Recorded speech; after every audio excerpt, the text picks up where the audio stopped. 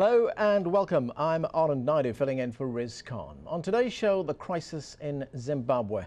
It's been almost 4 weeks since the disputed presidential election and still there are no official results.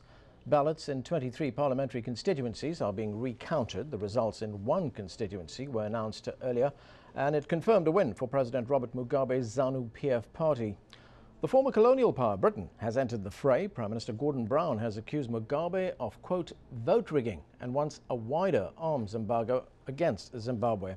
And the opposition leader, Morgan Tsvangirai, says his movement for democratic change won the elections outright.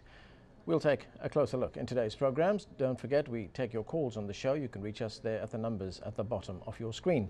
Now, joining us from New York for our discussion is Zimbabwe's ambassador to the United Nations, Boniface Chidyasiku, and from Johannesburg, South African journalist and political commentator, Alistair Sparks. Welcome to the program. Thank you. Mr. Ambassador, as we mentioned, it's been 4 weeks since the election was held and still there are no results. Why is there this long delay? There is a due process in Zimbabwe. When the parliamentary elections were announced, the Zimbabwe Electoral Commission found some anomalies in how votes were tallied in the presidential. And they also, in 23 constituencies, both MDC and ZANU-PF lodged complaints that they needed to do a recount. And since that time, that is what has been going on.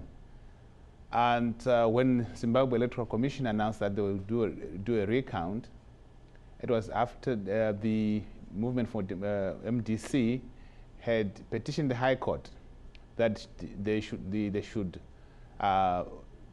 instruct the Zimbabwe Electoral Commission to announce the results. They lost that case. And then they went on to say the recount was unprocedural. And again, they lost that case.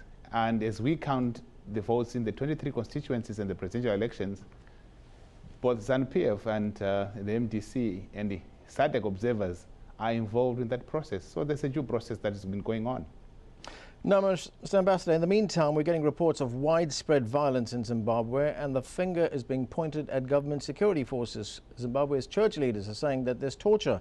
Human Rights Watch says that the government is running torture camps. These are serious allegations of human rights abuses against the Zimbabwean government. I've seen the reports from the church making those allegations, and I would say to the churches in Zimbabwe, they know where the commissioner of police is in Zimbabwe. They know there's government. Have they been in touch with government to proceed on the due process in Zimbabwe? But these are the very people being accused of carrying out these atrocities. This is what I'm saying. There's the police. We have a due process. There are courts in Zimbabwe. There's a due process. Have they made that effort? Because if the churches were really in Zimbabwe and they're interested in the welfare of the Zimbabwean people, the first port of call will be the local authorities. I don't think they can achieve any mileage by going international.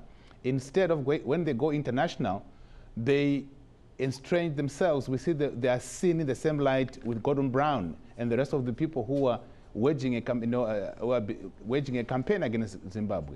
Well, even Zimbabwean doctors say that they are treating hundreds of people for injuries sustained in these attacks. Yes, and the police have said of those reports that have come to their attention, they've investigated some of those allegations, and they say after the 10 people that have been alleged to have been killed, but they have not been able to verify that. So really, one wonders whether this campaign of demonizing Zimbabwe, alleging of huge human rights abuses, surely if Zimbabwean people are going through these challenges, the only way credible for any Zimbabwean participant or activist is to engage the process in the country. Well, people have engaged in the process. It was called the election and the results have not been released. That's not correct. The results have been released. We have released the parliamentary and the Senate results. Alistair, you've been monitoring the situation on the ground pretty closely from Johannesburg. What do you believe President Robert Mugabe's game plan is here? Well, you know, This slow count is a violation of Zimbabwe's own electoral law, which states that the results must be announced within 6 days. We are now 26 days past, and it seems increasingly obvious that the cover story that the ambassador is putting out is really wearing thinner and thinner by the day. And it seems pretty obvious that this is an attempt to rig the figures, to overturn the MDC's majority of 110 seats in the 210-seat National Assembly.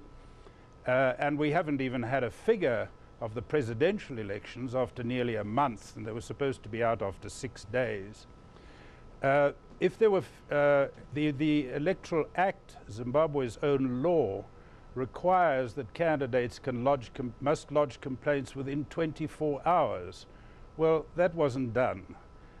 You know, here we're having a recount and challenges before even anything is announced. The ballot boxes have been taken to a central point. The Electoral Commission is in a secret venue. Opposition candidates are not even present at this recount. The whole thing is farcical. And it seems pretty obvious that this is an attempt to overturn the opposition or the MDC's majority in the National Assembly, and to ensure that there is a runoff. And it seems that the slow pace of the count is quite deliberate and calculated in order to deploy forces and the youth militia known as the Green Bombers and the so-called war veterans all over the countryside. And the reports are streaming in almost by the day of massive beatings up. There's some, I've been given figures of 5,000 displaced people. There are 400 members of the MDC supporters, and their senior, many of their senior administrators are in detention. Some of them have been arrested, brought to court, after distributing pamphlets in the capital city of Harare. They were charged with inciting violence and have been sentenced to 8 years imprisonment or 30 billion Zimbabwe dollars as a fine. You know, it seems pretty plain that that there is huge intimidation. 10 people are said to have been killed, at least 10. And they are streaming across the border into South Africa. Our own reporters are up there on the border watching this. They're coming across the border now at a rate of 1,000 a day. We've already got somewhere near 3 million Zimbabwe economic refugees in South Africa, and this is becoming an almost unmanageable crisis for South Africa itself. And the leader of the ruling party in South Africa, Jacob Zuma, has described the situation as unacceptable. And for the first time, we're getting some real voluble criticism coming out, at least not so much from the government, not from President Thabo Mbeki, who's supposed to be the mediator in this crisis, but certainly from the new leader of the ruling party, Jacob Zuma, and certainly from the trade unions, who've been very vocal and increasingly active. Well, Alistair, let me... and it looks pretty... Alistair, let me give the ambassador a chance to respond to some of what have you been saying there. Mr. Ambassador, have you heard that? Yes, there are a number of inaccuracies in his presentation. One, the Zimbabwe Electoral Act does not require results to be announced in 6 days. I don't know where he gets that from. I'm not aware of that. It doesn't say that. That's not correct.